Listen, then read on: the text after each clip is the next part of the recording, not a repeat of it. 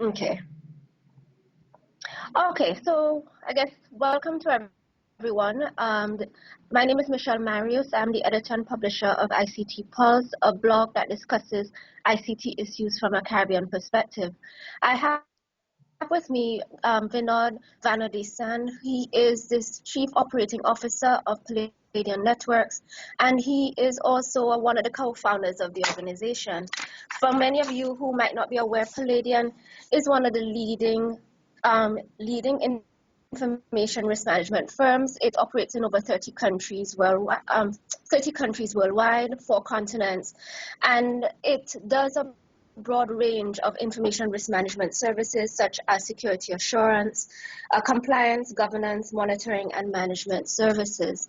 So Vinod, thank you so much for taking some time out of your day to discuss with us where information risk management, cybersecurity, and a number of the threats that we have been seeing in the press recently, both in the Caribbean and further afield. I just wanted to find out, starting, where we can start is, since Palladium operates in so many countries and has, a wide client base, what is it that you're seeing out there in terms of risks and how persons are managing it and the types of threats that persons are experiencing? What does the landscape look like? Yeah, thanks, Michelle, and thank you very much for this discussion with ICT-PULSE. Straight away getting into addressing the question that you had. So just as we speak, the shock impact of this 45 million USD fraud, which happened on prepaid cards of 2 banks in the Middle East is, just settling in. So this is a classic example of the kind of fraud or threat landscape that we are facing today. And it is a complex one with multiple kind of threats as well as threat actors. Just to get a perspective on the way things are, if you look at the different threat actors who are there, you have cybercrime syndicates, you have the hacktivists, you have the nation states, you have the script kiddies, and so on and so forth. And the intent or motive of each of these groups is quite different. So the cybercrime syndicates are the ones who are focusing on financial gains. So the kind of attack that we saw on the Middle East banks, amounting to 45 million in losses, etc., is a classic case of execution through the cybercrime syndicates. So they would typically do attacks like phishing, data theft, skimming of ATMs, and many other kind of attacks which finally leads to financial gains. On the other hand, you have the hacktivists who actually do the attacks for a cause. So classic cases that of Anonymous, there are a lot of attacks that Anonymous does, which essentially is on a cause. So when WikiLeaks were stopped funding, Visa and MasterCard stopped the money transfer, Visa, MasterCard, PayPal, all of them were attacked by the hacktivist group. That's the other kind of threat actor who that is there. Then we have the nation states. So if you see last year, one of the highest impact malware called Stuxnet, which hit the Iranian nuclear sites, was supposed to have been created by some nation states. So you also have the nation states, coming into this fray. So the threat actors are multiple, each with their own intent. So that's on the demand side. On the supply side, getting tools for attacks today have become fairly easy. And because of the economies of scale within the cybercrime community, it is also cheaper to get the tools. So you could get a phishing attack tool for anything less than $1,000. You could get financial malware to capture the username passwords of banks at maybe around $250.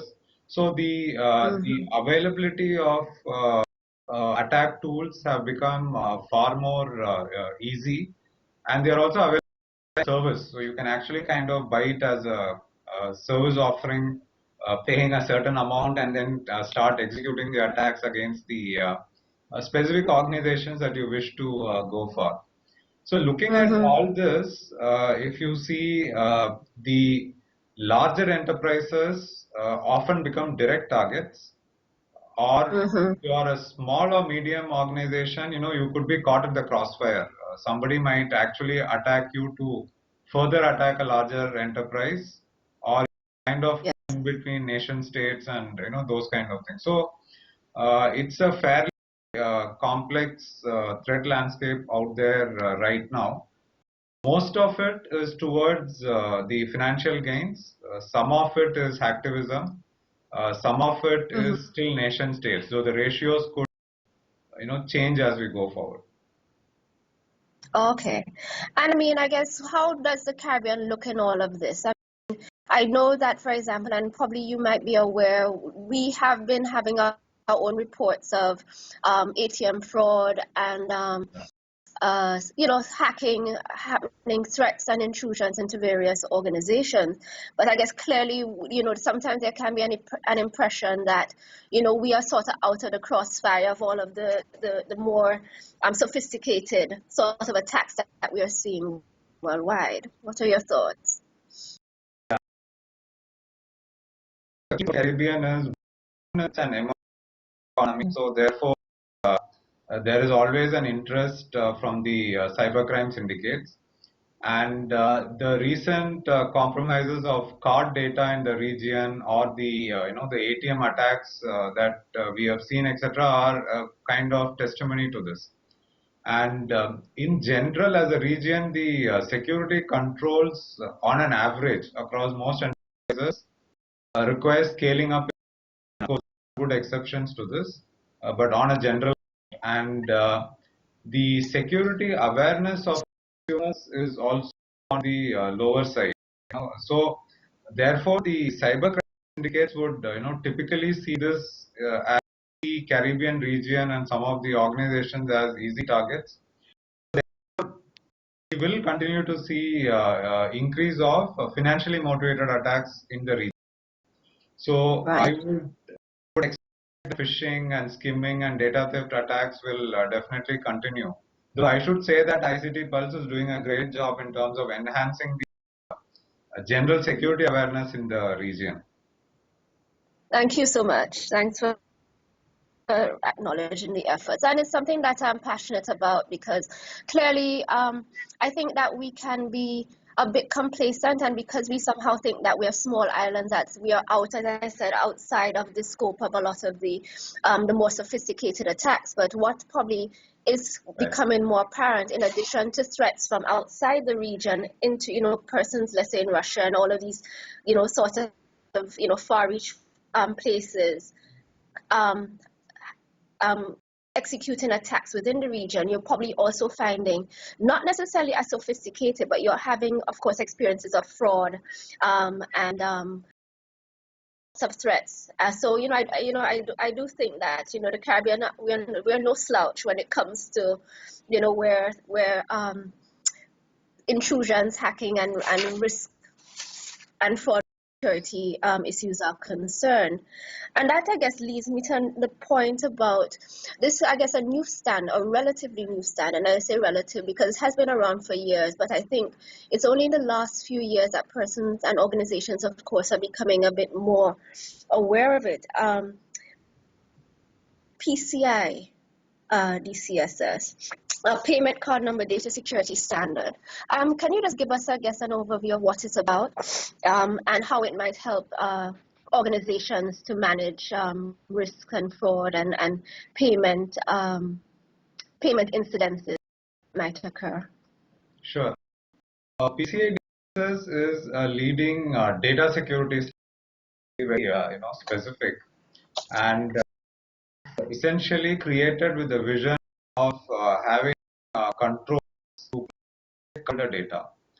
So broadly speaking, there has been a good level of global adoption of this standard, especially in the US and European markets. And in many of the emerging economies, it is a standard that is very fast gaining adoption. So to just drill down into some level of details on the standard, it broadly has about 12 requirements that organizations should implement and continuously maintain. So the requirements are a combination of technologies and practices. So some of the key controls would include how do you manage network security, how do you protect cardholder data, the logical physical access control around it, the security testing, the vulnerability management program. So it's a fairly comprehensive standard, and the requirement to get certified on the standard is also strict, and it's very closely monitored by the PCI Council, constituted by leading organizations like Visa, Mastercard, Amex, etc. Therefore, the PCI-DSS implementation effectively means that you're put in good control to protect card data, and other foundation controls, also comes into picture. So this essentially means that if you're following PCI-DSS and you would be able to reduce a fair bit of a good set of incidents, because you're not an easy target anymore, because you have put in good practices which protects you from many of these which in turn leads to fraud globally. Okay, excellent. And I mean, now granted, is this thing implementation of PCI-DSS, is it costly to organizations? I do get a sense that it's an onerous process, but I guess the question therefore is in terms of cost, and therefore to some degree, how could that now be a deterrent to organizations in terms of implementation? So probably how could, I guess, what might be the cost benefits of it all? Sure. So PCI-DSS definitely has a good disciplined approach in terms of implementation of the standard. But at the same time, so when I say flexible, it means that if there are business issues which stops the organization from implementing a certain requirement given by the organization can actually look at a concept called compensating control, which means you could actually go in for an alternate set of control which meets the same rigor as that of the original requirement. So just to take an example, because the standard is focused on card data, there are requirements that says that organizations should truncate card data to say just the first 6 digits and the last 4 digits. But for some reason, if the organization cannot do it, we have faced we have been in places, where the customer uses this number as a kind of index in the database, which is not very normal, but can happen. So they really cannot truncate the number. So therefore, then there is an option for them to actually kind of put in better monitoring controls, isolate this better access controls. So there are alternative controls that you can implement, and therefore avoid those things that stopping you from a business side. So the same thing applies in terms of cost as well. Let's say you talk about monitoring, what the standard requires is that you have a good working monitoring process in place, not necessarily from the best product. So that's not the intent. So therefore, based on your, your budgets and risk involved, you could actually go for a good monitoring program, though not you need not really spend on the best product that is out there, as long as the configuration is done well and you're meeting the standard. And on the ROI part, I think if you really look at the incidents that have happened in the last year or so, starting from the recent the ATM fraud to the 3 months back, there was Operation Pandora Storm, which was a major card fraud that was detected in the European market. So looking at all that, a piece of data today essentially means actual fraud losses. It means fines. It could mean penalties from various stakeholders. So given all that, I think the ROA will really work out for itself. So, Okay, fair enough. Um, I guess just another question on PCI-DSS, because I think just my own understanding and what I'm gleaning from some of colleagues, associates in various industries who are implementing this system, that there can be a sense that once they have implemented PCI-DSS and are considered PCI compliant, that the back on in some way or somehow that you I kind of wonder whether or not, is it, once you have this system in place, is it everything? Would you be at least significantly protected against fraud and threats and various sorts of incidents, or is it supposed to be part of I guess a larger system to manage information and risk? yeah, sure. I think the standard will definitely protect you to a large extent from the card frauds, the thefts, and all those kind of compromises. But the critical thing to note is that there are organizations that have got compromised who were PCI-DSS certified, but that is Right. not the key reason for that. Is you cannot treat PCI-DSS as a time exercise. So it should be treated as a continuous maintenance of the security posture and the standard. So if it is a continuous approach that is taken, then you are continuously protected. But organizations look Okay. at it as as more of a point in time exercise, and you have done it once, and after that you relax till the next audit comes up. Then I think yeah, Yes. you are you are definitely susceptible to breach. And I guess we're going to be wrapping up in a few minutes. And I just wanted to get your mind, pick your mind on probably the trends you're seeing in the where threats and fraud and so on is going within organizations and worldwide.